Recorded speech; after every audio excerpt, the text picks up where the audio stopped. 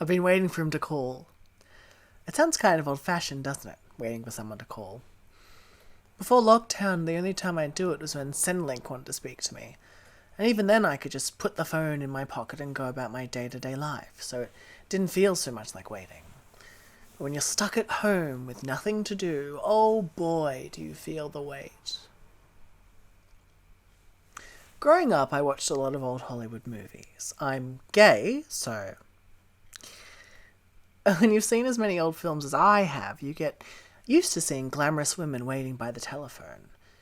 Generally, the starlet is so overwhelmed with desire for whoever it is she's waiting to call that all she can do is sit by the phone, refusing to move for hours, days, anxiously twirling the cord around her finger, ordering everybody else to stay off the line. It's a whole experience.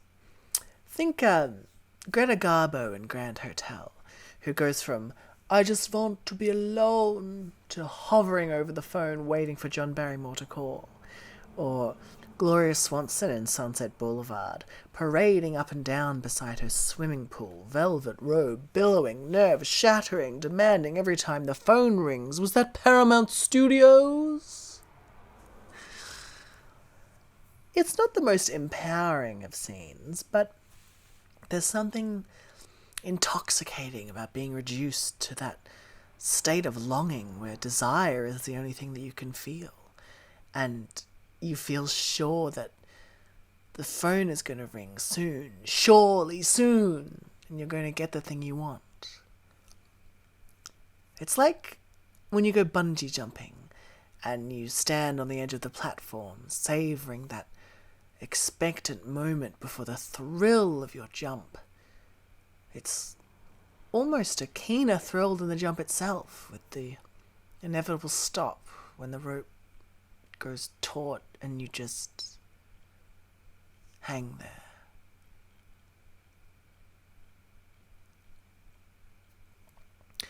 We met at a baby shower.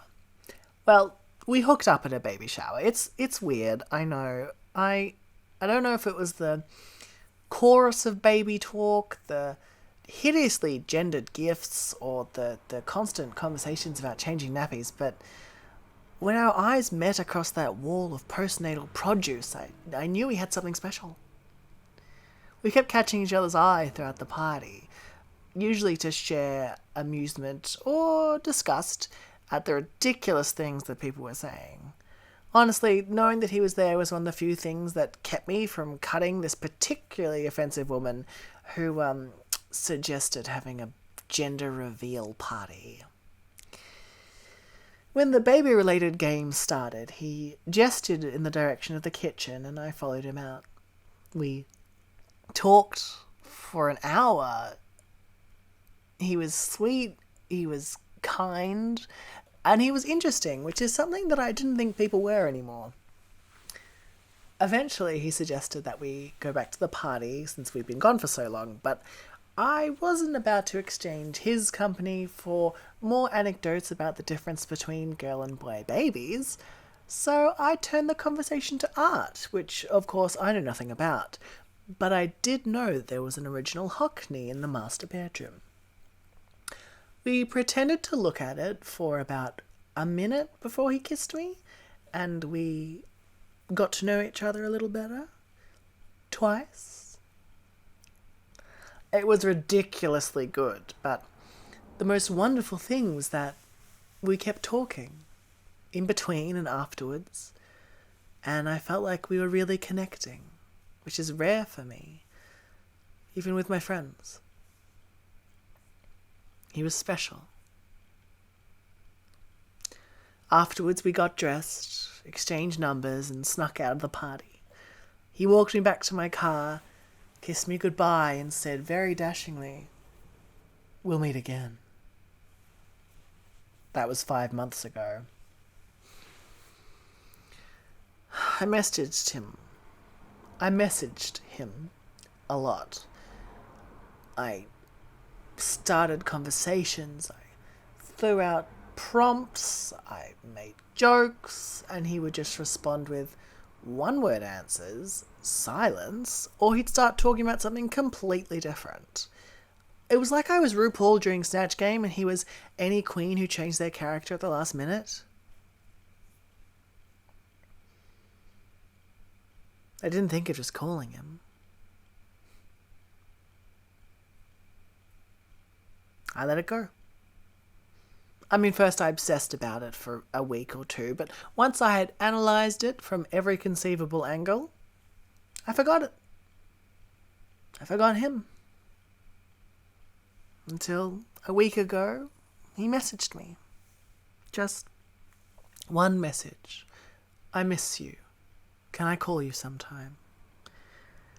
My heart exploded, but I played it cool. I just said, sure thing. Sounds great.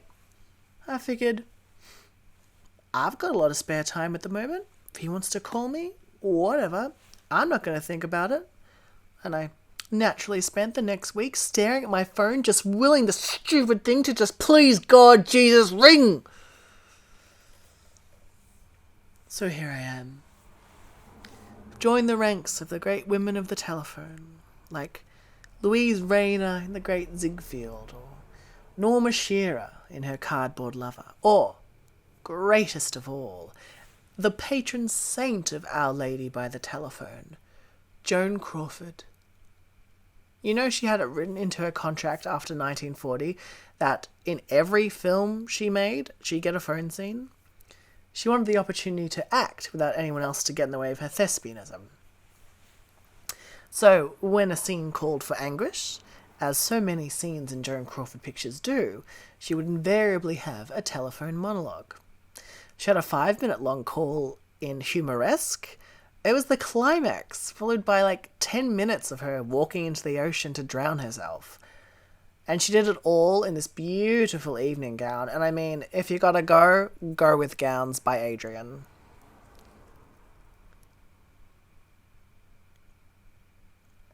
I think talking to you has helped. Or, I should say talking at you. I haven't let you get a word in. Despite the intensity of our connection that day, despite everything we'd shared, I'm not going to waste any more time waiting for him. It was thinking about Joan Crawford that did it. Not when she's, walking into the ocean to drown herself so that her lover can be a successful musician, which is, unfortunately, the plot of Humoresque. But the other Joan Crawford, who in real life clawed her way out of a repeatedly broken home to turn herself into a star. Joan Crawford and Mildred Pierce, who built her own business and bitch-slapped her evil daughter. Joan Crawford in fur coats with shoulder pads so big she can barely fit through door frames. Hey, bitch. Oh no, I'm not doing anything. Just chatting to. Yes, I'm being productive. I painted my toenails this morning.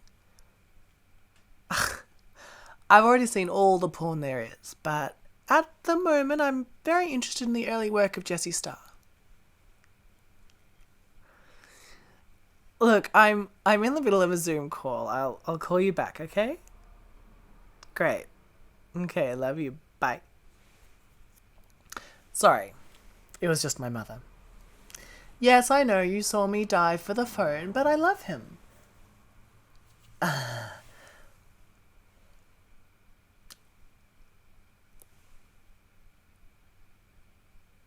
See, this is what happens when you spend months at home, locked up with nothing to do. You start looking back on baby shower hookups as great romances, which probably isn't too much of an exaggeration when you're talking about the gay community, but I don't even know him. I'm not even sure if the name I wrote into my phone is the right one. I don't love him, but I'd really like to be given the chance to try.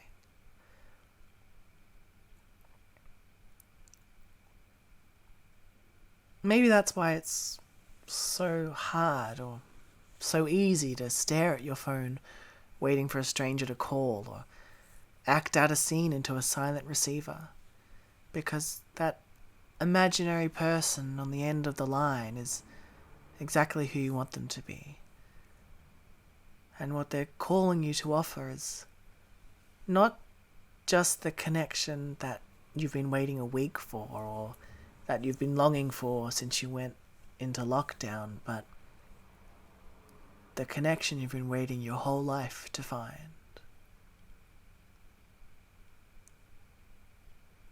Maybe in the end it's better just to wait.